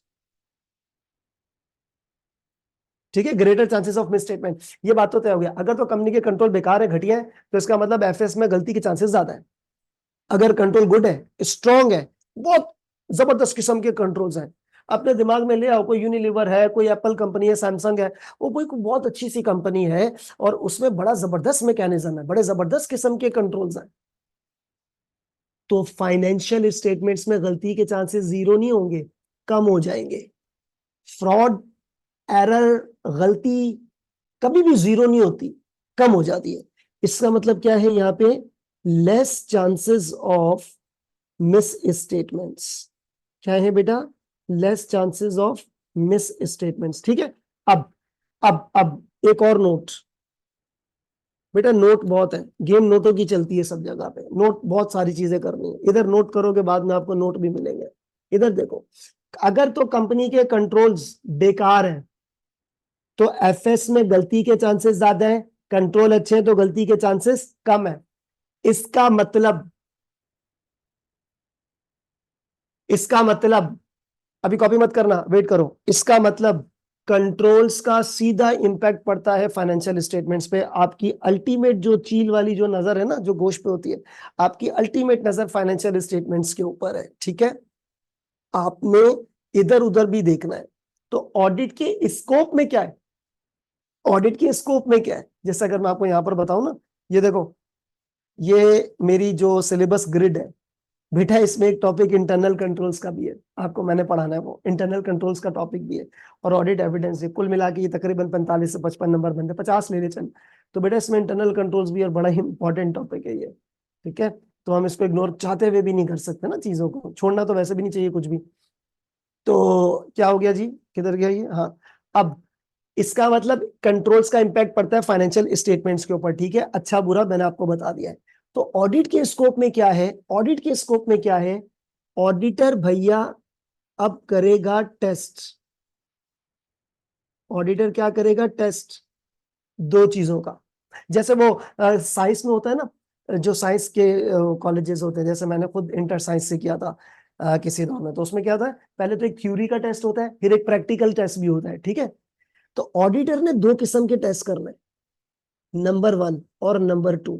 Auditor पहला टेस्ट करेगा कंट्रोल्स का, क्योंकि कंट्रोल का इंपैक्ट पड़ता है ना फाइनेंशियल स्टेटमेंट में, है, जैसा बाप वैसा बेटा। तो जैसे ही ऑडिटर अपना ऑडिट करने लगेगा, ऐसा नहीं होता कि आप गए फर्म से कंपनी में, पहले दिन दरवाजा खोला, आप गए, वो अंदर, हाँ भाई डायरेक्टर एफएस निकाल, मुझे चेक करनी है। No, audit is not the छापा, आप छापा मारने नहीं जा रहे, it's not the surprise activity, it is a properly planned activity. तो ऑडिटर बेटा क्या करता है, ऑडिटर दो किस्म के टेस्ट करता है। नंबर वन करता है ऑडिटर टेस्ट, और नंबर 2 भी करता है टेस्ट। पहला टेस्ट होगा टेस्ट ऑफ कंट्रोल्स, किसका होगा, क्यों, क्योंकि कंट्रोल का इंपैक्ट जाता है। दूसरा होता है टेस्ट ऑफ फाइनेंशियल स्टेटमेंट्स, किसका, फाइनेंशियल स्टेटमेंट्स। अब हम थोड़ी सी अपनी नॉर्मल कैजुअल लैंग्वेज में भी आ जाते हैं। फाइनेंशियल स्टेटमेंट्स को आप डिटेल में चेक करोगे, घुस के एक एक आईएस चेक करना है, IS 1, IS 2, IS 16, 36, 32, 33, 38, सारे आईएस उठा के चेक करना है। So test of financial statements in detailed manner, यानी कि प्यारे बच्चों, आपने पहले कंट्रोल्स का टेस्ट करना है, फिर टेस्ट करना है किसका, फाइनेंशियल स्टेटमेंट्स का। इसको मैं यूं कह लूं कि एक डॉक्टर है, वो किसी का ऑपरेशन करना है, तो ऐसा थोड़ी है डॉक्टर मरीज को लिटाएगा, "हाँ भाई ये खोलो", ऐसा नहीं। वो पहले उसका ब्लड प्रेशर चेक करेगा, उसके बाद उसका ऑपरेशन करेगा।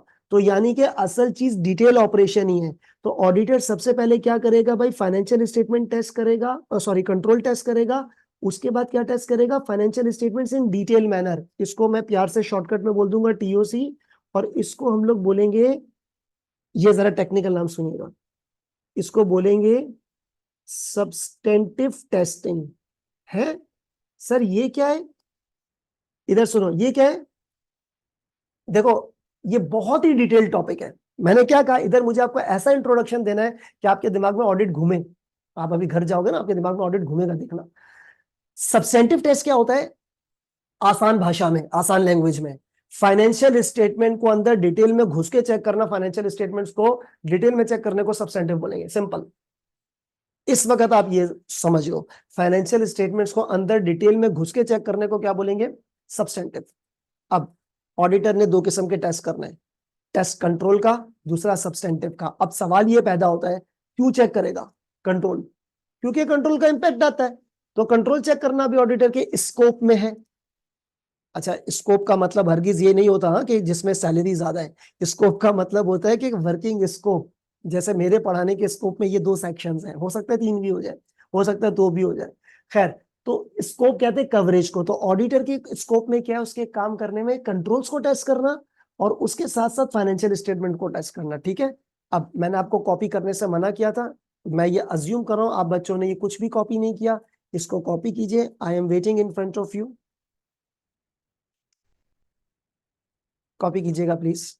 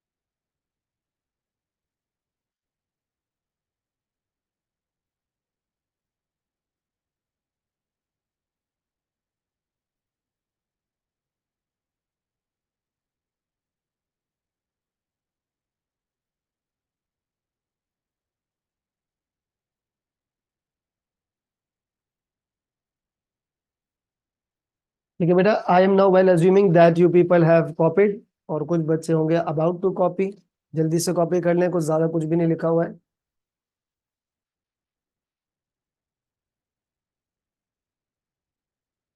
एटीट्यूड बहुत मैटर करता है।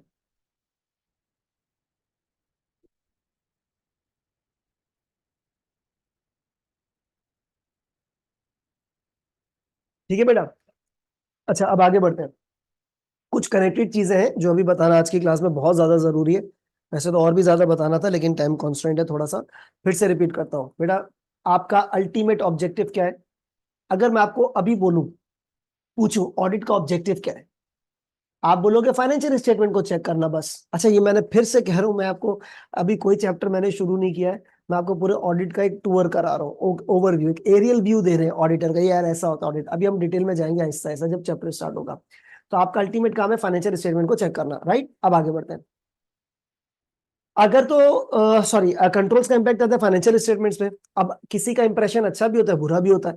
तो कंट्रोल्स अगर खराब है तो greater chances of miss statements है इन financial statements.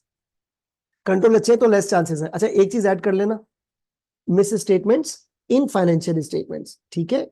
Miss statement in financial statements, ये भी मैं लिख रहा हूं इन फाइनेंशियल स्टेटमेंट्स। तो ऑडिटर दो चीजें टेस्ट करता है। पहला ऑडिटर कंट्रोल टेस्ट करता है, टेस्ट ऑफ कंट्रोल। दूसरा क्या करता है? सब्सटेंटिव टेस्ट करता है। सब्सटेंटिव का मतलब होता है फाइनेंशियल स्टेटमेंट्स को अंदर डिटेल में जाकर के चेक करना। ठीक हो गया? आगे बढ़ते हैं बेटा, एक और नोट, ये नोट हो गया बेटा, जरा सुने। जो एक ऑडिटर है ना, ऑडिटर वर्क्स ऑन, ये जरा पॉइंट समझे, ऑडिटर फाइनेंशियल स्टेटमेंट्स की एक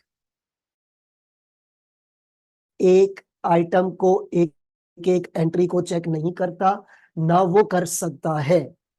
ऑडिटर काम करता है सैंपल बेसिस के ऊपर। ध्यान से सुनना, पहले फॉर्मली लिख देता हूं। सैंपल बेसिस का मतलब क्या होता है बच्चों? जैसे लेट से फॉर एग्जांपल, इधर सुनिएगा गौर से, एक बंदे को ब्लड टेस्ट कराने के लिए जाना है, ब्लड टेस्ट कराने, तो क्या जिस्म से पूरा खून निकालते हैं? नहीं ना। वो इतना सा खून लेते हैं, आपको यहाँ पे ब्लड लेते हैं, और उस सैंपल को टेस्ट करते हैं। ध्यान से सुनिएगा, उस सैंपल को टेस्ट करते हैं, और उस सैंपल की ऑब्जर्वेशन, उस सैंपल की रीडिंग की बुनियाद पे आपके पूरे के पूरे ब्लड की एक रिपोर्ट आ जाती है XYZ लेबोरेटरी से, कि यार ये हमारी लेबोरेटरी से रिपोर्ट आई है कि तुम्हारे ब्लड में ये चीजें हैं। ठीक है? इसी तरीके से ऑडिटर, इधर देखिएगा, सेल है, परचेज है, पेरोल है, कितनी आइटम्स है भाई, एक्सपेंस है, ये वो नॉन करंट एसेट है, उसमें भी टेंजिबल है, इंटेंजिबल है, इन्वेंट्री है, क्या कुछ है। ऑडिटर हर एक एक आइटम से, हर एक एक आइटम से थोड़ा थोड़ा थोड़ा थोड़ा थोड़ा थोड़ा सैंपल लेगा, और उस सैंपल की बुनियाद पे पूरी फाइनेंशियल स्टेटमेंट्स के ऊपर ओपिनियन देगा, गारंटी नहीं, ओपिनियन देगा। तो auditor works on sample basis. अब मेरे प्यारे मोअज़्ज़िज़ बच्चों, सैंपल बेसिस क्या चीज है? Auditor works on sample basis. अब सैंपल बेसिस का मतलब ये होता है, सैंपल बेसिस का मतलब होता है कि लेस देन 100% चेक करता है। क्या चेक करता है बेटा? लेस देन 100% चेक, मतलब 100% चेक नहीं करता, लेस देन 100% चेक करता है, राइट? अब ऑडिटर सैंपल बेस पे भी, ऑडिटर सैंपल बेस पे भी मटीरियल आइटम्स को चेक करता है। किसको चेक करता है? Material items. सर और ये मटीरियल आइटम्स क्या है? आसान लैंग्वेज में सुनो, आसान लैंग्वेज में, मेरे पास इस वक्त 3 ट्रांजैक्शन है, बल्कि 5 लिखता हूं। एक 10,000 रुपए की है, एक 9,000 रुपए की है, एक 3,000 रुपए की है, एक 50,000 रुपए की है, और एक 1.5 लाख रुपए की है। ठीक है? ये 5 ट्रांजैक्शन है। ऑडिटर पांचों के पांचों ट्रांजैक्शन चेक नहीं कर सकता। क्यों नहीं कर सकता बताता हूं। बोला है मैं 2 चेक कर सकता हूँ, सो डेफिनेटली यार ये दो ट्रांजैक्शन चेक करेगा, क्योंकि ये दोनों मिला के 2 लाख रुपए बनते हैं। ठीक है? ये कितने बनते हैं? 19, 20, 21, 22, ये 22,000 बनते हैं। तो ऑडिटर इसको इग्नोर करके ये चेक करेगा। तो ऑडिटर सैंपल बेस पे भी मटेरियल आइटम्स चेक करता है। मटेरियल आइटम्स का मतलब होता है जिसकी रुपीज को कंसीडर करता है। ठीक है? ऑडिटर सैंपल बेस पे मटेरियल आइटम को टेस्ट करता है, राइट? इस बात को जरा जहन में रखिएगा प्यारे बच्चों। मैंने आपको बोला ऑडिटर आइजा को फॉलो करता है, इंटरनेशनल स्टैंडर्ड ऑन ऑडिट। ये जितनी भी बातें मैं आपसे कर रहा हूं ना अभी, ये जितनी भी बातें, जैसे ये आइजा 530 बन जाएगा, ये आइजा 320 बन जाएगा। अभी लिखना मत आइजा के नंबर नाम, कुछ नहीं लिखना। हम पीछे जाएंगे, यहाँ पे एविडेंस आइजा 500 बन जाएगा। यानी कि मैं जितनी भी आपसे भी बातें कर रहा हूँ ना, ये थोड़ा थोड़ा इंट्रोडक्शन है। फ्यूचर में जाके अगली हमारी क्लासेस में ये अपने आप में बड़े बड़े आइजाज बन जाएंगे, ठीक है, फिर उसकी डिटेल आती जाएगी, वो ऑडिट होता जाएगा। तो point to be noted is that auditor काम करता है सैंपल बेस पे मटेरियल ट्रांजैक्शन। क्या बोला मैंने? सैंपल बेस पे मटेरियल ट्रांजैक्शन चेक करता है ऑडिटर, सही है। ऑडिटर चेक करता है सैंपल बेस पे मटेरियल ट्रांजैक्शन। इस बात को क्लियर होता है? अब आगे प्रोसीड करते हैं। बेटा जो ऑडिटर है सैंपल बेस पे मटेरियल ट्रांजैक्शन को चेक करता है, और ऑडिटर भाई एक्सप्रेस करता है गारंटी। क्या एक्सप्रेस करता है? गारंटी। 100% नो, गारंटी नहीं देता। गारंटी देने का मतलब पता है क्या? मिसाल, ये माउस है, मैं आपको कह रहा हूँ यार ये खरीद ले, वो बेच रहा है, खरीद ले, भाई की गारंटी है, खरीद ले। मैं हारिस सनीफ, मैंने बोला वो 1.5 मैंने कहा खरीद ले, भाई की गारंटी है। तुमने पैसे दिए, खरीदे, घर ले गए, खराब, आप तो मेरे पास हो गए। हारिस भाई आपने गारंटी दी थी यार, मेरे पैसे वापस करो। समझ रहे हो? अब point to be noted is that auditor guarantee express नहीं कर सकता, ऑडिटर एक्सप्रेस करता है ओपिनियन। ओपिनियन का मतलब होता है मेरी राय है। क्या है? मेरी राय है। मैं आपको कह रहा हूं यार ये मेरी राय है, ये माउस जो है ना ये अच्छा है, मेरी नजर में अच्छा है, आपको ले लेना चाहिए, आगे तेरी मर्जी। मैंने अपनी एक राय दे दी। बच्चे आते हैं ना काउंसलिंग के लिए, कभी पूछते हैं, अभी मेरे पास व्हाट्सएप पे भी काफी काउंसलिंग होती है, मैं तो आजकल व्हाट्सएप पे बहुत सारी काउंसलिंग कर रहा हूँ। एनीवेज, नंबर मैं शेयर कर दूंगा। तो अब जैसे वो एसीसी के आप लोग भी कोई चीज पूछ सकते हैं। सुनो, एक बच्चे ने पूछा सर मैं 2 पेपर ले लूं, 3 पेपर पढ़ लूं, 4 पेपर उठा लूं। टीचर को पता है यार तुम्हारी सिचुएशन के हिसाब से 2 ले लो, 3 पेपर ले लो, ये क्या है? राय है, गारंटी थोड़ी दी है। तो ऑडिटर भैया अपना एक ओपिनियन एक्सप्रेस करता है। क्या एक्सप्रेस करता है? ओपिनियन। ऑडिटर फाइनेंशियल स्टेटमेंट्स के ऊपर ओपिनियन एक्सप्रेस करता है, गारंटी नहीं देता। ये देखो मैं यहां पर एक चीज लिख रहा हूं, ऑडिटर फाइनेंशियल स्टेटमेंट्स पे, बेटा ऑडिटर फाइनेंशियल स्टेटमेंट्स पे गारंटी नहीं देता। क्या देता है बेटा? Opinion. Opinion on financial statements, auditor express opinion, एक सेकेंड, हाँ, auditor express opinion on the financial statements. Auditor financial statement पर अपना ओपिनियन देता है। और ओपिनियन क्या देता है? एक बात ध्यान से सुनना, सादिक और अमीन है या नहीं है फाइनेंशियल स्टेटमेंट्स, हक और सच। आई डू रिपीट, ऑडिटर क्या एक्सप्रेस करता है? ओपिनियन। क्या एक्सप्रेस करता है? कि whether whether financial statements are true and fair, whether financial statements are true and fair और नॉट। ऑडिटर यही तो एक्सप्रेस करता है कि क्या financial statement true and fair है या नहीं है, क्या जो कुछ लिखा है वो सच है या नहीं है। फिर से रिपीट कर रहा हूं, ध्यान से सुनो। ये मेरे हाथ में पेन है, ये लैपटॉप के पेन को पेन नहीं स्टाइलस कहते हैं, ये स्टाइलस है, ठीक है। मैं आपको मिसाल दे रहा हूँ, ये मैंने 100 रुपए का लिया फॉर एग्जाम्पल, मैंने 100 रुपए का लिया है, मैं मैनेजमेंट हूं, लेकिन बुक्स में मैंने बुक्स में 80 रुपए की एंट्री बना दी, 80 रुपए डेबिट, कैश क्रेडिट 80 रुपए से पीएनएल करके, ठीक है, कोई भी चीज मैंने ली। हारिस भाई आपने मिस स्टेटमेंट कर दिया है। अब ऑडिटर ने देखा यार ये स्टाइलस की रसीद पे तो 100 रुपए लिखे हैं, हारिस ने एंट्री तो 80 रुपए की बना दी है, हारिस की फाइनेंशियल स्टेटमेंट झूठी है, नॉट ट्रू एंड फेयर। अच्छा भाई सुन, 100 रुपए की चीज ली है, 100 रुपए की एंट्री बनी है, आपने देखा स्टाइलस है, देखा बिल, देखा 100 रुपए, एंट्री देखी 100 रुपए डेबिट, 100 रुपए क्रेडिट। हाँ भाई हारिस तेरी financial statement true and fair है। जो हो रहा है हक और सच हो रहा है। ये इंट्रोडक्शन अभी कंप्लीट नहीं हुआ है, ये जारी रहेगा, ठीक है, ये इंट्रोडक्शन भी जारी रहेगा, ये अभी इंट्रोडक्शन ही चल रहा है, ऑडिट का इंट्रोडक्शन। तो आपने क्या चेक करना है? फाइनेंशियल स्टेटमेंट्स पे ओपिनियन देना है। अब सवाल ये उठता है कि ऑडिटर भैया गारंटी क्यों नहीं दे रहा? सीधा जवाब दूं, लंबी कहानियां नहीं करेंगे, सीधा जवाब, आयजा ने आपके स्कोप में ही नहीं रखा, हो खत्म हो गई कहानी।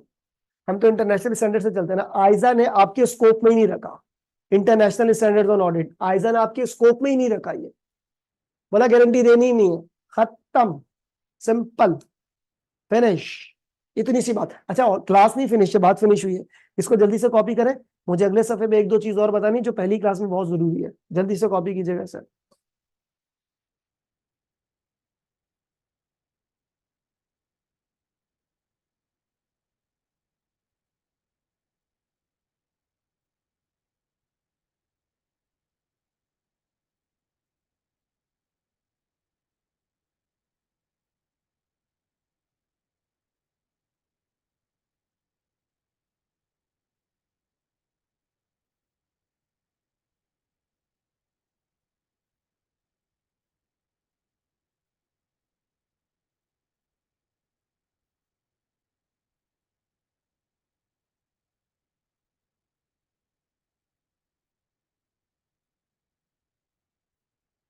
जी बेटा, ये मेरी क्लास का फर्स्ट लेक्चर है, मतलब मेरे पार्ट पे फर्स्ट लेक्चर है।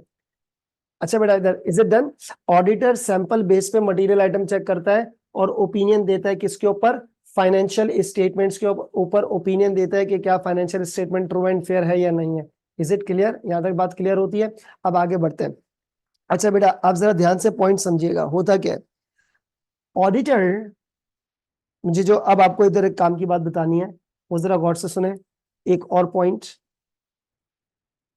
इसके बाद फिर हम लोग फिनिश करेंगे।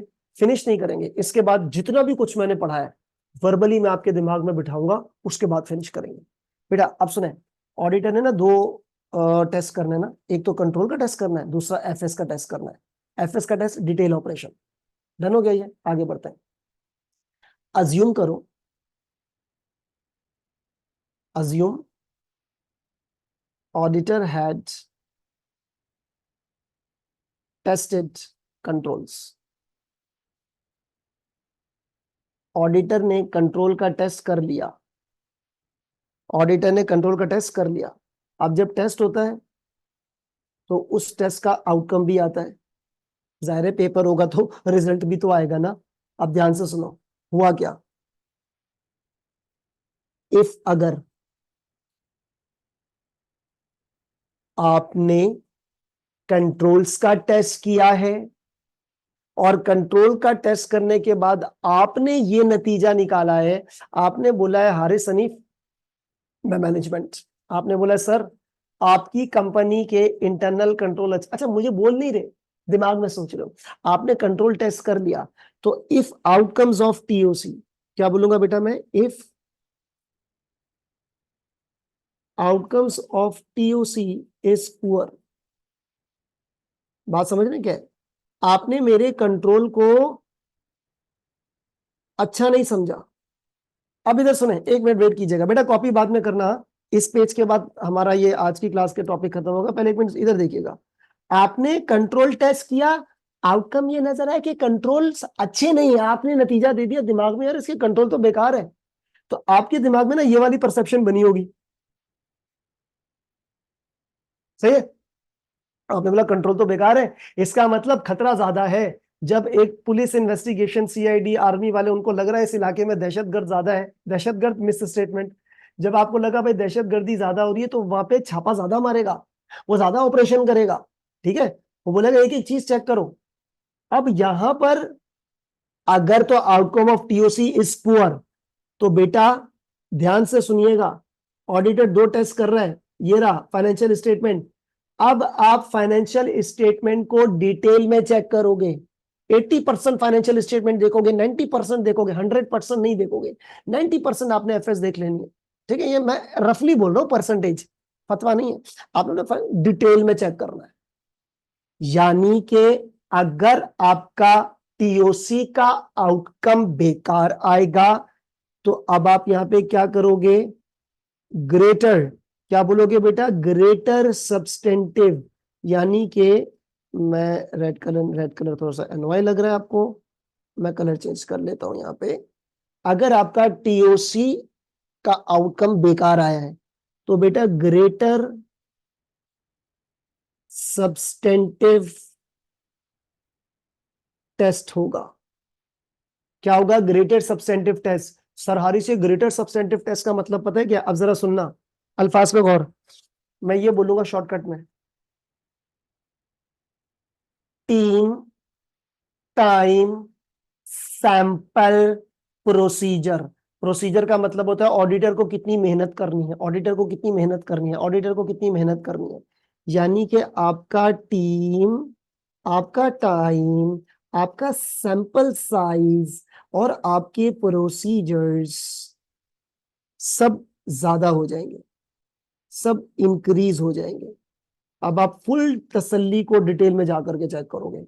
पता है क्यों? क्योंकि आपने बोल दिया कंट्रोल बेकार है। जैसे ही आपने ध्यान में सोचा कंट्रोल बेकार है, आपने एक माइंडसेट बना लिया कि यार इस कंपनी में फाइनेंशियल स्टेटमेंट में गलती के चांसेस ज्यादा है। तो अब आप इसको तसल्ली से डिटेल में घुस के चेक करोगे। Number one point. Number two, अगर तो आपके पास outcomes of TOC is strong, अगर आपके टीओसी के आउटकम बड़े स्ट्रांग है, आपको लगा यार हारिस हनीफ तेरे कंट्रोल तो बड़े जबरदस्त है, तो आपका माइंडसेट पता है क्या बना था? आपका माइंडसेट ये बना यार गलती के चांसेस कम है, तो अब आप फाइनेंशियल स्टेटमेंट्स पे हल्का हाथ रख दोगे, फाइनेंशियल स्टेटमेंट्स पे हल्का हाथ रखोगे, यानी कि लेस सब्सटेंटिव टेस्ट। इसका मतलब पता है क्या है? आपका टीम, आपका टाइम, आपका सैंपल, आपके प्रोसीजर्स जीरो नहीं हो जाएंगे, तो फिर करने क्या गए हो? In financial statements, in financial statements कम हो जाएंगे, यानी कि लो हो जाएगा। समझ रहे बात? अब फिर से रिपीट, बल्कि रिपीट में एक काम करता हूं, मोजिस ख़वातीनो हजरात, लेडीज एंड जेंटलमैन, बेशक आप सबसे पहले काम करें, इसे कॉपी करें, उसके बाद जितना कुछ मैंने पढ़ा है उस सबको मैं एक समरी आपके दिमाग में शॉर्टकट अंदाज में बिठा देता हूं। पहले इसको जरा कॉपी करें जल्दी से।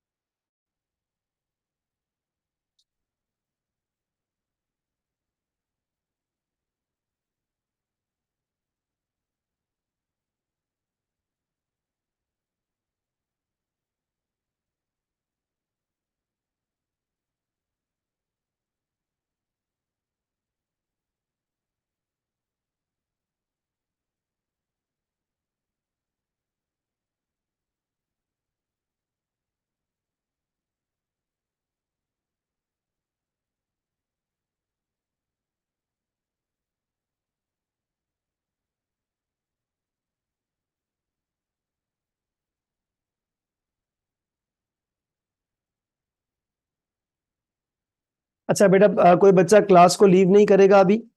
वाई? बिकॉज मैं आपको अभी एक थोड़ा सा इसका रिकैप दे रहा हूं। कोई बच्चा ना क्लास से उठेगा ना क्लास लीव करेगा, ठीक है? चले जी बच्चों, ठीक है, इसको कॉपी कर लें, 1 मिनट और रुक जाता हूं।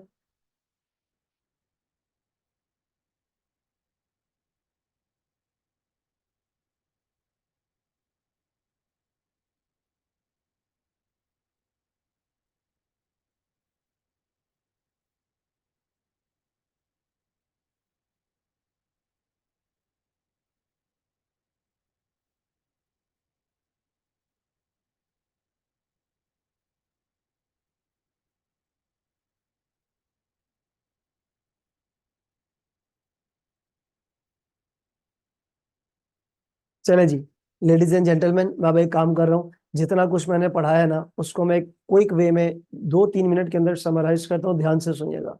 सबसे पहला पॉइंट ध्यान से सुनो, ठीक है? इधर देखें, मैं ब्लैंक पेज ओपन कर रहा हूँ और सारे बच्चे अपने अपने रजिस्टर को रेफर करोगे, ठीक है? देखो सबसे पहला point, listen it very carefully students. What happens is that, आप बच्चे एक्सटर्नल फर्म हो, ठीक है, पीडब्ल्यूसी केपीएमजी वगैरह कोई भी हो, मैं एक कंपनी हूँ हारिस हनीफ लिमिटेड, मेरे शेयर होल्डर्स ने मेरे पास पैसा लगाया है, मेरी एक कानूनी जिम्मेदारी बनती है कि मैं साल बाद उनको हिसाब दूं। हिसाब कहते हैं फाइनेंशियल स्टेटमेंट्स को, तो मैंने हिसाब किताब बना के रख दिया। शेयर होल्डर ने सोचा हारिस भाई आपने एफएस बनाई है, इसमें गलती हो सकती है, होगी नहीं, हो सकती है। मैंने कहा अच्छा ठीक है, क्या करूं? तो एक कानूनी रिक्वायरमेंट बनी है कि जब एक महफिल लगेगी ना साल बाद, एजीएम, एनुअल जनरल मीटिंग, उस एनुअल जनरल मीटिंग में शेयर होल्डर ऑडिटर को अपॉइंट करेंगे, और ऑडिटर भैया इधर आएगा मेरे पास और मेरी एफएस को चेक करेगा, और तुम ऑडिटर हो, आप बच्चे ऑडिटर में मैनेजमेंट, मैं हर रोज यही बात करूंगा, आप ऑडिटर में मैनेजमेंट, ठीक है? तो आप आ जाओगे मेरी एफएस को चेक करने के लिए, ठीक है? आप आगे जी एफएस को चेक करने के लिए, तो आपका एक एटीट्यूड होना चाहिए कि एफएस में गलती भी हो सकती है, सब कुछ ठीक भी हो सकता है। फिर आपको याद आया सर हारिस ने बताया था कि एफएस के ऊपर कंट्रोल का इंपैक्ट भी आता है, तो आपने सबसे पहले कंट्रोल देखने हैं। कंट्रोल देखे, अच्छे लगे तो फाइनेंशियल स्टेटमेंट को कम डिटेल में देख लेना, 30-40% देख लेना, 50% देख लेना। अगर कंट्रोल देखे बुरे लगे तो दिमाग में सोच आएगा अगर कंट्रोल बेकार है तो एफएस भी बेकार होंगी, आपने एफएस को ज्यादा डिटेल में देख लिया, fine. This is called very simple. Control के देखने को टीओसी कहते हैं, एफएस को देखने को सब्सटेंटिव कहते हैं। अब सवाल ये आता है कि जब आप डिटेल में चेक करने जाओगे चीजों को, तो आपने आपने सैंपल बेस पे मटेरियल आइटम्स चेक करनी है। सैंपल बेस पे क्या चेक करनी है बेटा? मटेरियल आइटम्स आपने सैंपल बेस पे चेक करनी है, सही है। यानी कि आपने एक एक चीज को चेक नहीं करना, सैंपल बेसिस पे मटेरियल आइटम्स आपने चेक करनी है। और ये ऑडिटर के ऊपर डिपेंड करता है कि यार क्या बड़ी आइटम है, क्या चीज है। ऑडिटर फॉलो करता है आइजा। आइजा का मतलब होता है international standards on auditing, right. तो और आपने हर एक टॉपिक जाके आइजाज बन जाएंगे। सेकंड पॉइंट पे आते हैं। फाइनेंशियल स्टेटमेंट्स के अंदर ऑडिटर को गारंटी देने की इजाजत नहीं है, क्योंकि गारंटी देना आइजा ने आपके स्कोप में नहीं रखा। आपको क्या देना? ओपिनियन, राय देनी है। क्या देनी है? राय। It was a very short glimpse of the topic which we have covered. Sorry, topic तो नहीं, मैंने आपको एक इंट्रोडक्शन काइंड ऑफ थिंग ही बताई है। तो ये अभी भी बेटा मैं ये समझ रहा हूँ इंट्रोडक्शन बाकी है, क्योंकि यही मेरी प्रैक्टिस होती है। मैं इंट्रोडक्शन ही तो ना ज्यादा डिटेल में बता देता हूँ, जब टॉपिक पढ़ाने जाऊंगा ना, देख रहे हैं इंशाल्लाह आपका टॉपिक में, जैसे अभी इंट्रोडक्शन की कुछ चीजें बाकी है बट टाइम कॉन्स्टेंट है, तो मैं अगली क्लास में इस इंट्रोडक्शन को कंटिन्यू करूंगा यहां से। और इसके बाद जब मैं बोलूंगा ना बच्चों इंट्रोडक्शन खत्म, आए हम फलाना चैप्टर शुरू करते हैं, तो देखना आपको पहले से पता होगा कि हम पढ़ने क्या जा रहे हैं, ठीक है। So that is all the things about the audit so far, ठीक है। फिर हमारी जो मुलाकात होगी इंशाल्लाह ताला वो अगली क्लास में होगी। टाइम टेबल आपको एडमिनिस्ट्रेशन से पता चल जाएगा, ठीक है। चले, जो बच्चे बेटा ऑनलाइन है, चैट बॉक्स में जरा मुझे आंसर दे दीजिएगा, आपको बात समझ में आ गई है? चैट बॉक्स में जरा आंसर दे दीजिएगा।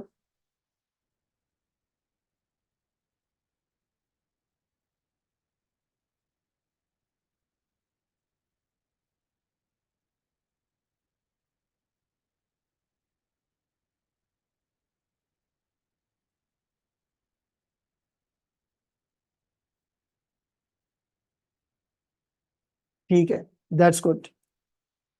चले जी, ओके, चलो बच्चों अपना ख्याल रखिएगा। बाय बाय, अल्लाह हाफिज।